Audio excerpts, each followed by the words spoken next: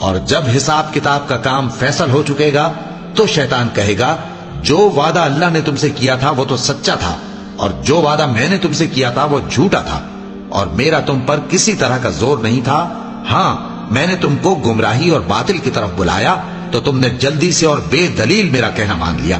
تو آج مجھے ملامت نہ کرو، اپنے آپ ہی کو ملامت کرو۔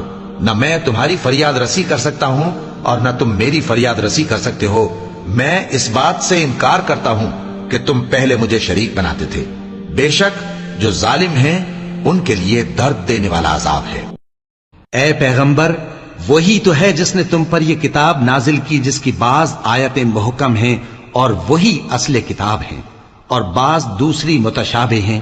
تو جن لوگوں کے دلوں میں کجی ہے وہ متشابہات کا اتباع کرتے ہیں تاکہ فتنہ برپا کریں اور مراد اصلی کا پتہ لگائیں، حالانکہ مراد اصلی اللہ کے سوا کوئی نہیں جانتا۔